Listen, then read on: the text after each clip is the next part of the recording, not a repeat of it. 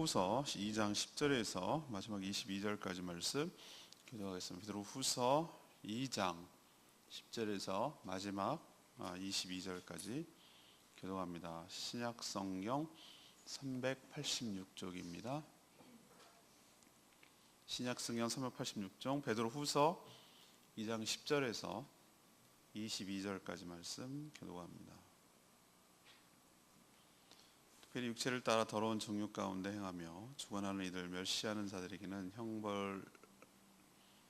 형벌할 줄 아시느니라. 이들은 당돌하고 자긍하며 떨지 않고 영광 있는 자들을 비방하거니와 더 큰 능력을 가진 천사들도 주 앞에서 그들을 거슬러 비방하고 고말하는 아니하느니라. 그러나 이 사람들은 본래 잡혀 죽기 위하여 난 이성 없는 짐승 같아서 그 알지 못하는 것을 비방하고 그들의 멸망 가운데에서 멸망을 당하며 불의의 값으로 불의를 당하며 낮에 즐기고 노는 것을 기쁘게 여기는 자들이니 정과 흠이라. 너희와 함께 연회할 때에 그들의 속임수로 즐기고 놀며 의심이 가득한 눈을 가지고 범죄하기를 그치지 아니하고 굳세지 못한 영혼들을 유혹하며 탐욕에 연단된 마음을 가진 자들이니 저주의 자식이라. 그들이 바른 길을 떠나 미혹되어 부올의 아들 발람의 길을 따르는도다. 그는 불의의 삭슬 사랑하다가 자기의 불법으로 말미암아 책망을 받되 말하지 못하는 나귀가 사람의 소리로 말하여 이 선지자의 미친 행동을 저지하였느니라. 이 사람은 물 없는 샘이요 방풍에 밀려가는 안개니 그들을 위하여 캄캄한 어둠이 예비되어 있나니 그들이 허탄한 자랑의 말을 토하며 그릇되게 행하는 자들에게서 겨우 피한 자들을 음란으로서 육체의 정욕 중에서 유혹하는도다. 그들에게 자유를 준다 해야 해도 자신들을 멸망의 종들이니 누구든지 진 자는 이긴 자의 종이 됨이라. 만일 그들이 우리 주 대신 구주 예수 그리스도를 알므로 세상의 더러움을 피한 후에 다시 그 중에 얽매이고 지면 그 나중 형편이 처음보다 더 심하리니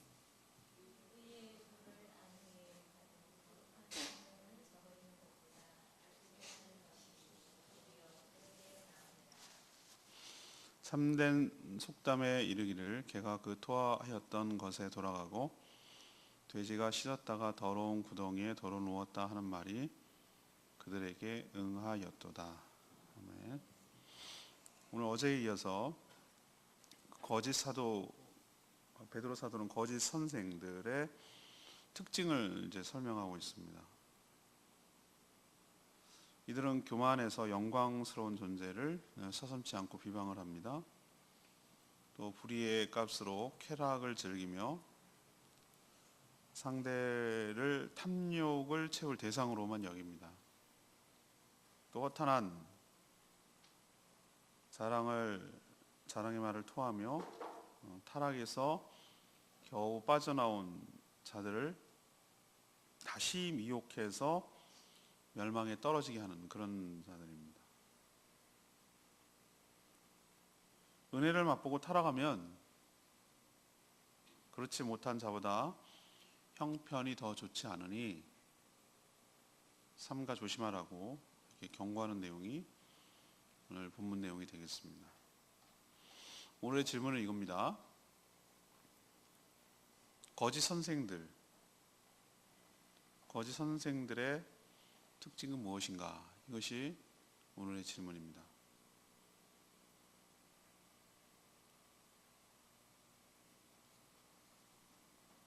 베드로 사도가 구약 시대 때는 거짓 선지자들이라고 말하는 자들이 있었고 이 당시 신약 시대 이때는 거짓 선생들이라고 말하는데 이것을 우리로 치면 지금 우리의 용어로 치면 이단 사이비들에 가깝습니다. 그때나 지금이나 비슷하게 이런 자들이 활동하고 있는 것인데, 너무나 시대가 2000년의 갭이 있음에도 불구하고 비슷해요. 상황 특징이 비슷하단 말이죠. 그래서 지금도 이단 사이비들이 판을 치고 있는 이때에 그들의 말이 아니라 그들의 삶을 보고 그 특징을 잘 알아서 우리가 적절하게 분별하고 또 대처할 필요가 있기 때문에 오늘 말씀은 굉장히 우리에게 중요하고 필요한 말씀이라고 생각이 됩니다. 자, 이들의 특징 첫 번째는 10절에서 12절까지 말씀인데요. 권위를 부정하고 그 권위를 비방하는 자들이 이단 사이비 거짓 선생들의 특징입니다. 베드로 사도는 거짓 선생들의 특징을 아주 구체적으로 정확하게 드러내고 있는데요. 먼저 오늘 10절에 보면 이들은 당돌하고 자긍한 자들, 그러니까 쉽게 말해서 교만한 자들이에요. 교만한 자들의 특징이 뭡니까? 말을 막 거칠게 하고 그렇습니까? 아닙니다. 말을 조근조근하고 사근사근해도 굉장히 교만한 사람들 많습니다. 남을 무시하고 자기 고집을 꺾지 않고 자기가 최고로 옳다고 생각하고 남을 무시하는 자들, 눈에 보이는 게 없는 자들. 천사조차 오늘 표현이 몇 절에 나오죠? 11절에 나오나요? 더 큰 힘과 우리보다 더 큰 힘과 능력을 가진 천사들도 주님 앞에서 이 거슬려서 비방하는 것을 조심하는 그런 것인데, 이들은 천사보다도 못한 존재들임에도 불구하고 영광스러운 그 어떤 영광스러운 존재도 비방하는데 서슴지 않습니다. 거침이 없다는 뜻이에요. 영광스러운 존재를 무시하고 비방을 합니다. 그들의 특징은 그 어떤 권위도 인정하지 않는다는 데 있어요. 왜 그런가? 자신들이 최고의 권위자라고 여기기 때문에 그래요. 그래서 오늘 12절에 보면은 12절에 보면은 이들은 본래 잡혀 죽기 위하여 태어난 이성 없는 짐승 같아서라고 표현하고 있어요. 막 함부로 날뛴다는 거죠. 날뛰다가 죽임을 당할 자들이다. 물론 이 말을 잘못 오해해서 그러면은 성도는 그럼 어떤 비판도 할 수가 없다는 뜻입니까? 그런 건 아니에요. 잘못된 것에 대해서는 시정을 요구하고 또 비판을 해야 되죠. 그러나 그것이 하나님에까지 미치면 안 되죠. 주님 안에서 하나님이 주신 권위를 존중해야 되죠. 특히 하나님의 말씀에 대해서 손을 댄다든가, 하나님의 존재에 대해서 얘기를 한다든가, 하나님께서 정당하게 세운 교회의 권위라든가 이런 것을 아주 그냥 존재 자체를 멸시하거나 무시하는 행위들을 하는 것, 이것이 바로 거짓 선생들의 특징이라고 할 수가 있어요.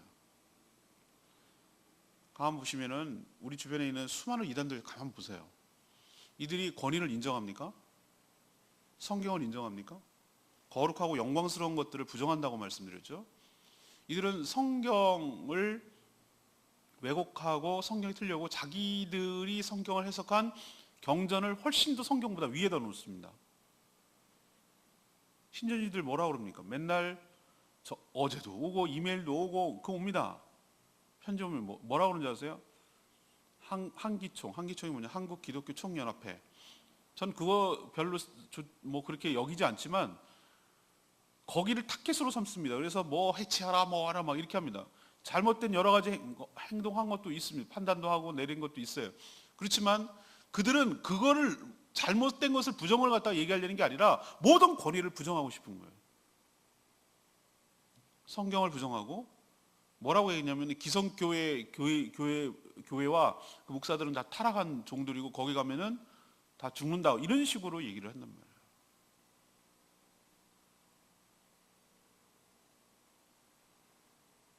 그들은 성경을 필요한 것만 어제 묵상했지만 필요한 것만 취소 선택하고 해석하기 때문에 이 말씀을 정확하게 해석해내지 못해요. 이렇게 분명하게 명시되어 있는데 하나님이 세우신 영광스러운 것들에 대해서 비방하는 자들, 권위를 부정하는 자들이 바로 이단 사이비들의 특징인데, 자기 스스로가 그것을 증명하고 있어요. 증거하고 있다는 거예요. 보여주고 있다는 뜻이에요.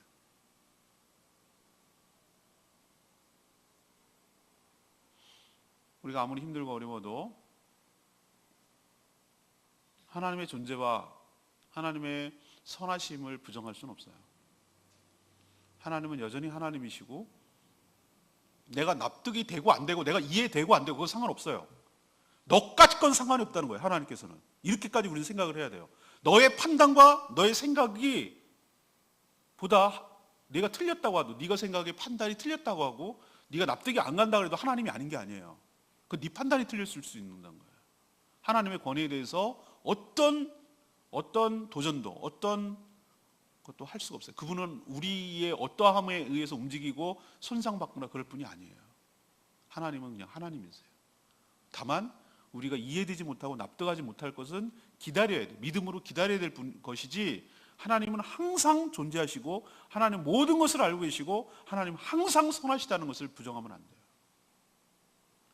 또 하나 부정하지 말아야 될 것이 성경이에요. 성경은 내가 필요하고 원하고 납득되고 이해되는 것만 받아들이고, 내가 싫고 부담스럽고 하기 싫고 이런 것들은, 이거는 뭐려, 이렇게 하면 안 돼요.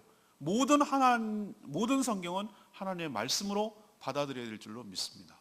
근데 그걸 못한단 말이에요. 이단 사이비들은 하나님의 존재도 부정하고, 하나님이 세운 교회도 부정하고, 하나님이 세운 종들도 부정하고, 하나님이 하신 말씀도 부정하고, 모든 권위를 부정하는 이유는 자기가 그 권위를 대신해야 되기 때문에. 이게 바로 이단 사이비들의 특징인 거 기억하시고 잘 분별해내는 저와 여러분 되기를 소망합니다. 두 번째는 13절에서 17절까지 말씀, 불의의 싹스로 쾌락을 즐기는 자들. 오늘 그렇게 아주 명쾌하게 나와 있어요. 저는 성경만 잘 읽어도 시대를 분별하고 이단 사이비들의 특징을 잘 잡아낸다고 생각을 해요. 오늘 아주 명쾌하게 특징들을 잘 설명해내고 있어요. 불의의 싹스로 쾌락을 즐기는 자들. 거짓 선생들의 두 번째 특징은 위선적이고 이중적이라는 거예요. 위선적이기도 하고 이중적. 겉은 막 거침없이 막 한기충도 비판하고, 기성교회 교인들도 비판하고, 막 성경도 비판하고, 목사들 다 싸웠다 그러고 막 이런 식으로 비판합니다. 그래서 와, 대단한 뭔가 있나 보다. 그리고 막 자기들의 교주를 막 엄청 신령한 것처럼 얘기를 하고, 허탄한 자랑을 늘어놓아서 얼핏 보면 쏟기 쉬워요. 속에 뭔가 굉장한 것이 들어있나 보다, 이렇게 보일지 몰라도 실제로 속을 이렇게 뒤집어 보고 열어보면 온갖 탐욕에 눈이 먼 자들이라고 오늘 표현하고 있어요. 이들은 발람 선지자, 옛날에 기억나시죠? 이스라엘 백성들이 출애굽 후에 가나안 땅으로 들어가기 직전에 모압 땅을 거쳐가는 그 과정에서 불안하니까 돈을 주고 발람 선지자를 사왔어요. 처음에는 거절했어요. 아니라고 해놓고서 돈 때문에 따라왔잖아요. 그리고 저들을 저주하라고 하니까 처음에는 이제 저주할 것처럼 하다가 성령이 막아가지고 축복하고 말았어요. 그걸 몇 차례 시도했어요. 아, 결국 저주는 안 했지 않냐, 축복했지 않냐? 아니요. 그 자리에 왔다는 자체가 돈을 받고 온 거예요. 경건을 이익의 재료로, 겉은 거룩한 척에도 속은 돈에 의해서, 탐욕에 의해서 움직여 나가는 것이 거짓 선지자들의 특징이라고 오늘 설명하고 있어요. 처음엔 거룩한 척하지만 결국은 자신의 이득을 위해서 하나님의 뜻을 저버리고 불의한 길로 간 발람의 삶을 따라가는 자들이 이단 사이비들의 특징이다. 오늘 13절에 보세요. 불의의 값이라는 것은 속은 경건한 척, 겉은 경건한 척하지만 그 경건을 자신의 유익의 재료로 생각해서 얻은 값, 이걸 불의의 값이에요. 발람이 저주해 주기로 하고 받은 값, 이게 불의의 값이에요. 그거 갖고 뭐 하냐? 뭐 한다고 그랬습니까? 낮에 즐기고 노는 것을 기쁘게 여긴다. 우리도 아무리 세상 사람들, 타락한 사람들도 뭐라고 그러냐면은, 그들도 룰이 있어, 룰. 아무리 술꾼이라도, 술을 좋아하는 알코올 중독자들이라도 룰이 있어요, 룰. 뭐냐면, 너 낮술했냐? 이렇게 얘기하면은 얘는 제가 보기에는 개나 비슷한데, 밤에 먹거나 낮에 먹거나 뭐 그게 그거 제가 보기엔 그렇지만 그 나름대로 지인의 세계에도 룰이 있단 말이에요. 낮부터 먹으면은 이거는 진짜 맛이 간 거다. 얘는 이제 끝난 거다. 진짜 중증이다. 뭐 자기네들은 이렇게 생각을 하는 것 같아요. 그래서 낮술했냐 이렇게 하면 낮부터는 좀 사람이 좀 정신이 있다가 해가 어둑어둑해지면 그때 좀 먹어야지 뭐 이런 나름대로 룰이 있는데 이 불의의 값으로 받은 것 가지고 언제부터 노냐면은 낮부터 노는 낮부터. 그리고 즐기는 거예요. 노는 것을 기쁘게 여기는 거예요. 놀 때도 속임수로 연애를 할 때 그들은 속임수를 즐기고 논다. 속임수를 즐기고 논다. 노는 방식을 지금 얘기하죠. 그리고 또 이 14절에 보면은 참 이 정확하게 표현해 놓고 있어요. 음심이 가득한 눈으로 범죄하기를 그치지 아니하니. 놀 때도 상대방을 갖다가 남자면은 남자건 여자건 간에 요즘 저 그런 구분 없어졌어요. 음심, 그러니까 상대방을 성적인 쾌락의 대상으로 여기고 음탕한 눈으로 쳐다본다 이 말이에요. 놀 때도 연애를 하고 막 잔치를 하고 파티를 할 때도. 그리고 누구를 노리냐? 굳세지 못한 영혼들을 유혹하고 이들은 마음이 어떤가? 탐욕에 연단된 마음을 가진다. 이런 표현이 정말 탐욕에 연단된 마음. 그러니까 탐욕이 연단됐다는 얘기는 이 얘기는 그쪽만 계속 발달이 되어 있고 탐욕을 하지 못하는 탐욕스럽지 못할 수가 없는 아주 탐욕스러운 것이 가득한 늘 탐욕스러운 뭐 이런 표현이라고 할 수가 있는 거죠.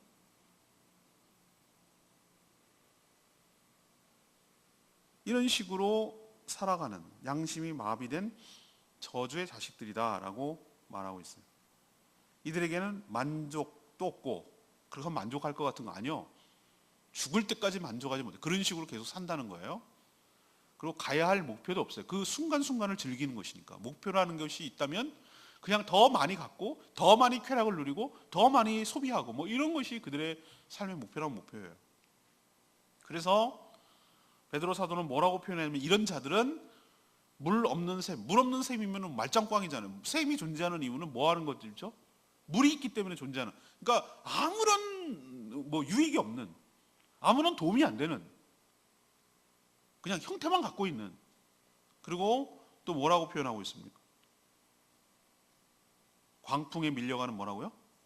안개니. 안개가 막 쭉 하고 굉장히 거대한 것 같고 그렇지만 바람 한번 싹 불어가면은 싹 거치잖아요. 얼마나 허망하고 얼마나 그 무능하고 허상인지를 갖다가 광풍에 밀려가는 안개라고 표현했잖아요. 더없는 것이죠. 그리고 결국은 이들은 13, 17절에 캄캄한 어둠 예비. 캄캄한 어둠은 지옥이죠. 거기가 예비되어 있을 뿐인 존재들이다 라고 묘사하고 있어요. 자, 첫 번째는 특징이 뭐라고 그랬습니까? 하나님이 세운 정당한 권위를 부정하고 비방하는 자들. 두 번째는 불의의 싹, 경건을 이게 재료로 생각해서 그렇게 얻은 불의의 싹을 뭐하는 자들? 쾌락을 즐기고 늘 탐욕에 빠져서 늘 자기의 욕망을 채울 대상들만 그런 것만 가득 생각하는 자들. 최근에 신천지나 수많은 이단들 보세요. 최근에 나왔죠. 신옥주. 피지섬에다가 자신의 왕국 세운다고 해가지고 다 사람들 속이고 해가지고 요즘 그 뉴스가 엄청 이슈가 되고 있습니다. 최근에 지옥에서 탈출한. 근데 꼭 교회라고 그래가지고 나 정말 좀 속상해 죽겠어. 안 믿는 사람들은 그게 이단인지 아닌지 모르거든요. 피지가 뭐라고 자기네 이제 성경을 이렇게 거짓되게 해석한 거예요. 남쪽의 따뜻한 나라 피지.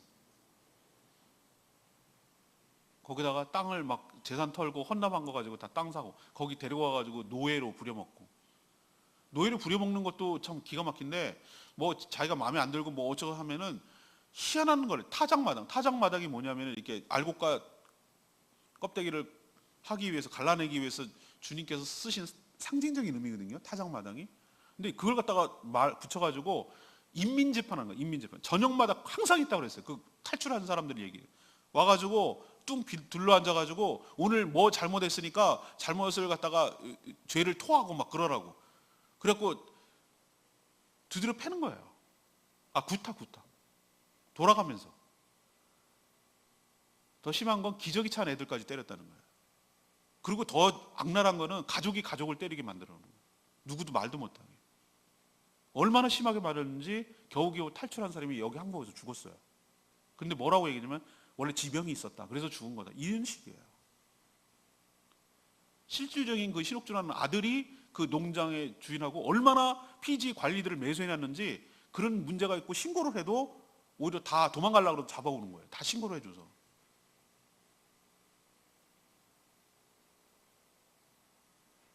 속는 게 바보죠. 근데 이런 일이 왜 생기는가? 말씀을 기성교회들이 난 책임이 있다고 생각하는 거예요. 말씀을 갖다가 정확하게 이단 사이비들의 특징에 대해서 정확하게 얘기를 해줬어야 되는 거예요. 오늘 말씀처럼 불의의 삭스로 보세요. 전부 다 교주 땅 왜 저기 하늘나라를 꿈꾸고 무슨 할 것 같은데 왜 청평이나 땅을 사고 엄청나게 건물을 짓고 왜 그러죠? 왜 하나님 교회는 왜 곳곳에다가 그 다 땅을 사죠? 이게 얼마나 이율배반적인 얘기입니까? 하늘의 삶을 추구한다고 말하면서 가장 이 땅에 관심이 많은 사람들이 이단 사입이잖아요. 그게 바로 불의의 삭스로 자신의 연락을 즐기고 신천지 교주 행사하는 거 보세요. 김일성 저리 가라예요. 그거 하는 거 영상 보면은 뭐 총회장님께 뭐 그러면서 딱 북한이에요. 딱 북한.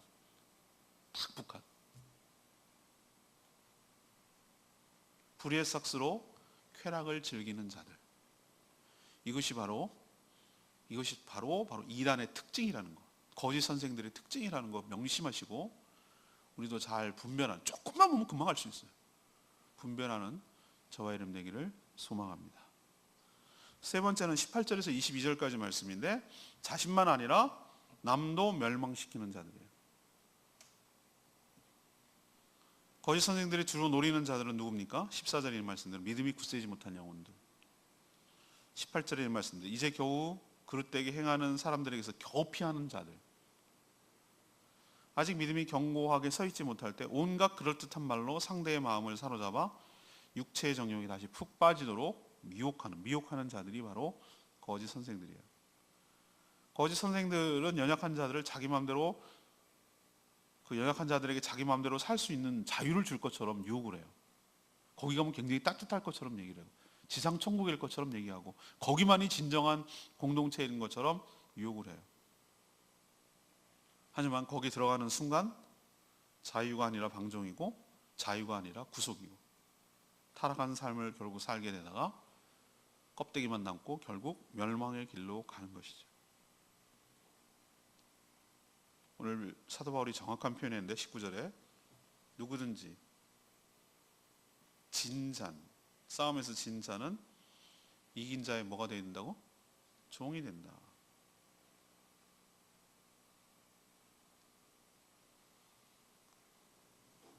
타락하여 탐욕과 쾌락을 일삼으면 탐욕과 쾌락이 그 사람을 이긴 것이니 거기에 빠져서 헤어나지 못하는 종이 된다. 교주에게 잘못된 말에 속아서 넘어가면 진 것이니 거기에 푹 빠져서 그 자의 종이 된다 라고 아주 정확하게 표현해 놓고 있어요. 여기 얽매에서 나오지 못하면 차라리 아무것도 모르는 사람보다 형편이 더 심하게 나빠지게 된다.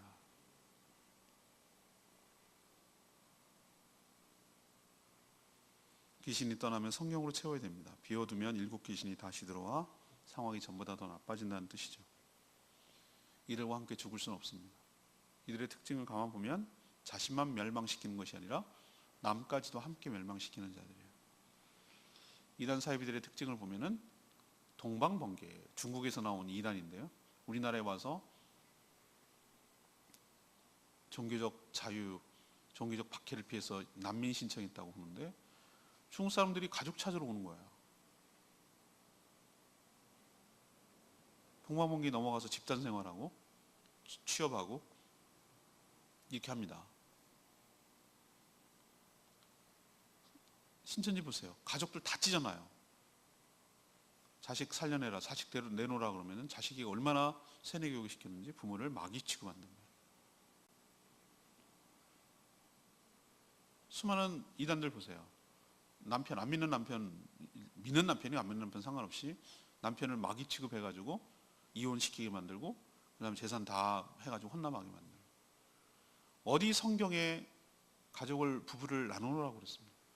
행복한 가정, 믿음의 가정 만들라고 그러고 부부를 나눌 수 없다고 그러고, 그것이 건전하고 제대로 된 성경관이라면 그렇게 가르치는 게 맞잖아요. 천륜이라고 할 수 있는 그것마저도 갈갈이 다 산산이 다 찢어놓고 가족들 해체시키고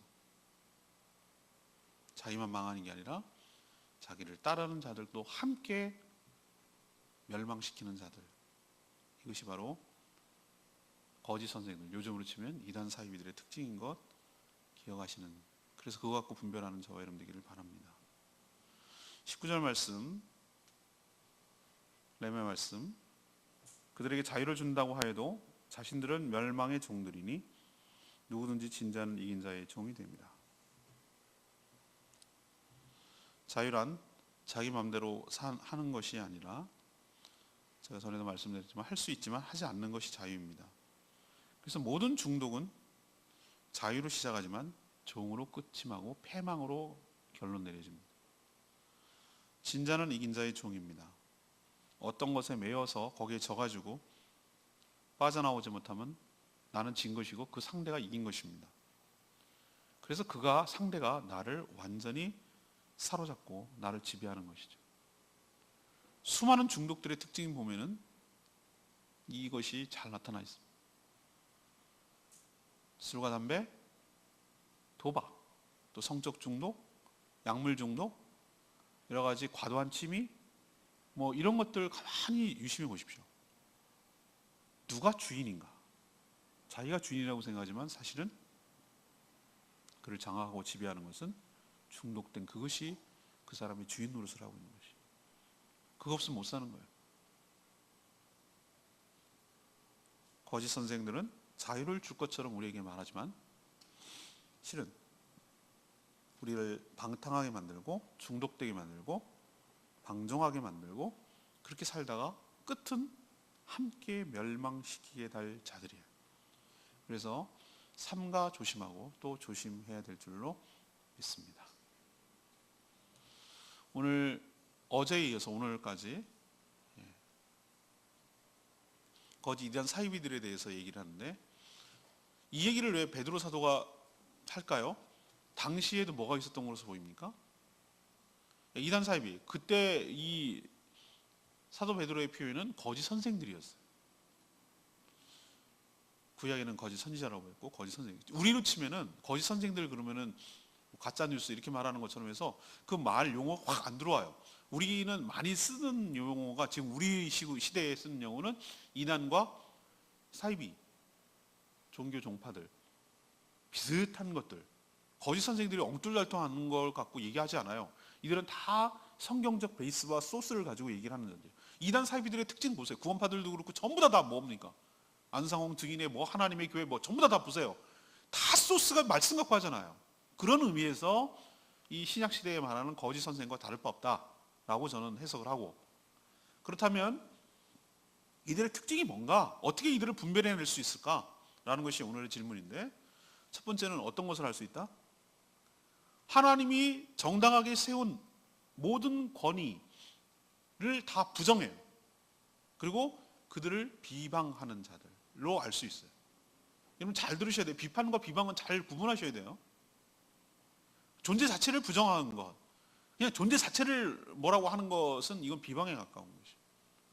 어떤 잘못한 것에 대해서는 얘기할 수 있죠. 그러나 그 존재 자체를 무시하는 것, 특히 하나님에 대해서 어쩌고저쩌고 하는 것, 예수 그리스도에 대해서 어떻게 하는 것, 성령, 성삼위 하나님을 건드리거나 또 하나님의 말씀을 건드리거나 하나님이 세운 교회를 건드리는 것, 이거는 무슨 얘기를 해도 무슨 갖다 붙여도 이거는 반드시 잘못된 것이고 거짓 이단 사이비의 특징이라고 할 수 있어요. 그러니까 여러분도 삼가 조심할 필요가 있고, 두 번째는 이들의 삶을 보라고.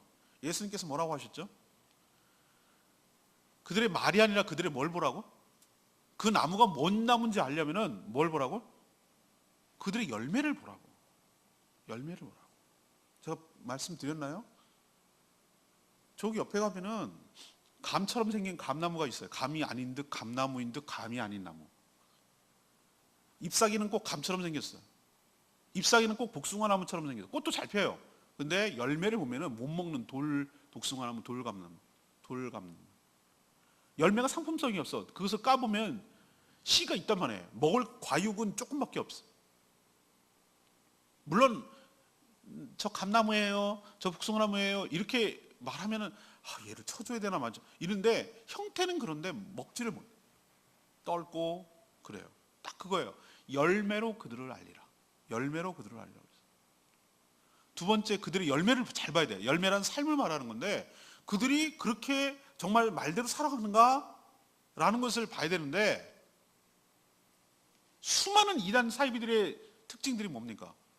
늘 내부에서 권력 투쟁을 하고, 또 항상 보면 돈이 스캔들이 있고, 또 성적인 정명석 같은 JMS 같은 경우 성적으로 타락해 있고, 수많은 만민 중에 이재력 보십시오. 돈 착취하고 갈취하고. 제일 기가 막힌 게 뭐냐면은 이들이 어떻게 착복을 했나 그랬더니, 아니 자기가 목회하는 교회에서 자기가 강의했다고 강사비를 받는 거야. 그 아주 거액을 받는 이런 식으로 착복을 하고. 나 얘기 들어보면은 참 얘기를 안 해. 성도들이 알면 시험 들어요. 그래서 얘기를 안 하는데 내가 이렇게 들여다보고 얘기를 들어보면은 내가 진짜 기가 막혀. 혀를 이래서 안 되는 거구나. 이래서 망하는 거구나. 이런 생각이 들 정도로 기가 막혀. 차라리 그냥 모르는 게 나을 수 있는데 삶을 보라고. 삶을 얼마나 아닌 척하면서 탐욕스러운지, 얼마나 땅을 차지하려고 얼마나 성적으로 타락하고 얼마나 많은 명예심을 갖고 신격화시키기를 원하는 거예요. 이게 바로 불의의 삭스로 쾌락을 즐기는 자들이 두 번째 특징이라고. 세 번째 특징은 뭡니까? 자기 혼자 망하나? 가족들 갈갈이 찢어놓고, 가족들을 서로 원수시게 하게 만들고, 도망 나오게 만들고, 집단 거주시키게 만들고, 노예처럼 부려먹고, 혼자만 아니라 자기를 따르는 모든 자들도 함께 망하게 하는 자들이다. 이것을 보면 확 보이잖아요. 눈이 훤하게 보이잖아요. 아, 이래서 이단 사입이라고 하는 거구나. 여러분도 삼가 조심하고 분별해서 제대로 살아가는 저와 여러분 되기를 소망합니다. 720장 찬양지 부르고 기도하겠습니다.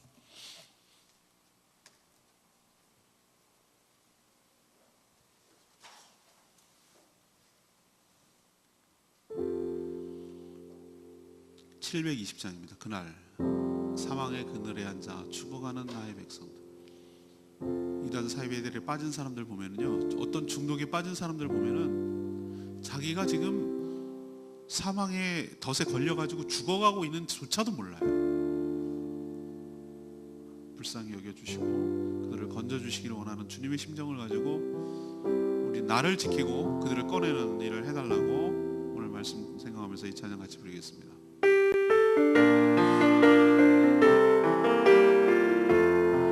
사망의 그늘에 앉아, 사망의 그늘에 앉아 죽어가는 나의 백성들, 절망과 주림에 갇힌 저들은 내 마음에 오랜 슬픔, 고통의 멍에에 매여 울고 있는 나의 자녀는,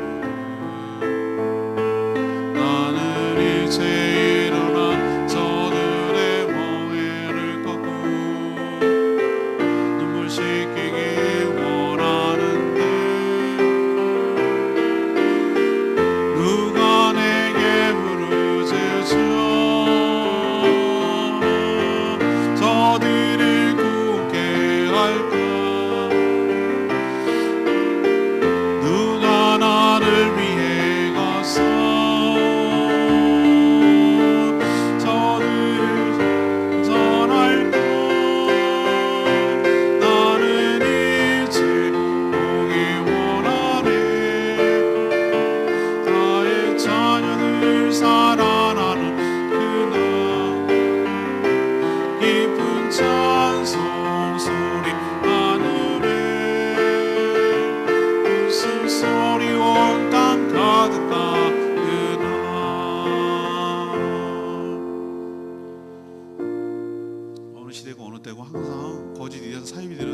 왔어요. 우리가 오늘 말씀을 근거로 분별력을 가지고 제대로 잘 분별하고, 일단 우리들 자신이, 우리 주변이 이런데 빠지지 않도록 늘 단속할 필요가 있고, 또 이들을 불쌍히 여기고 이들이 왜 잘못된 것인지를 깨닫게 해줄 필요가 있어요. 이들을 구원하는데, 이들을 끄집어내는데 우리들이 힘쓰게 해달라고 다 같이 주여 외치며 기도하며 나갑니다. 주의 아버지,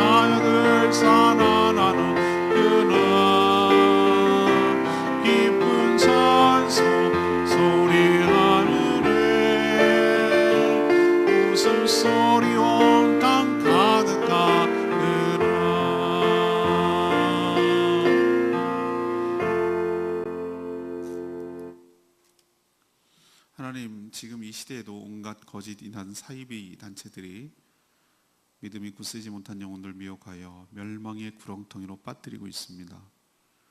이들은 거침없이 말해 두려울 것이 없어 보이지만 하나님조차, 말씀조차, 교회조차 완전히 무시하는 악한 자들임, 멸망의 자들임을 알게 해주시니 감사합니다. 건전한 비판이 아니라 비방만 일삼는 부정하는 자들임을 깨닫습니다. 이들은 불의의 삭스를 사랑하며 그것으로 방탕과 쾌락을 일삼으며 또 다른 유혹의 대상만 찾아다니는 저주받은 자들입니다.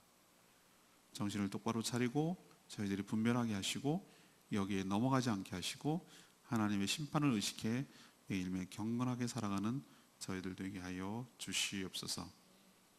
내일은 거룩한 주일, 준비된 예배, 참된 예배로 서게 하여 주시옵시고 하나님을 만나서 하나님의 그 영광과 임재 가운데 들어감으로 하나님이 주신 놀라운 축복, 그 마음의 평강과 기쁨을 마음껏 누리는 복된 날 되게 하여 주시옵소서.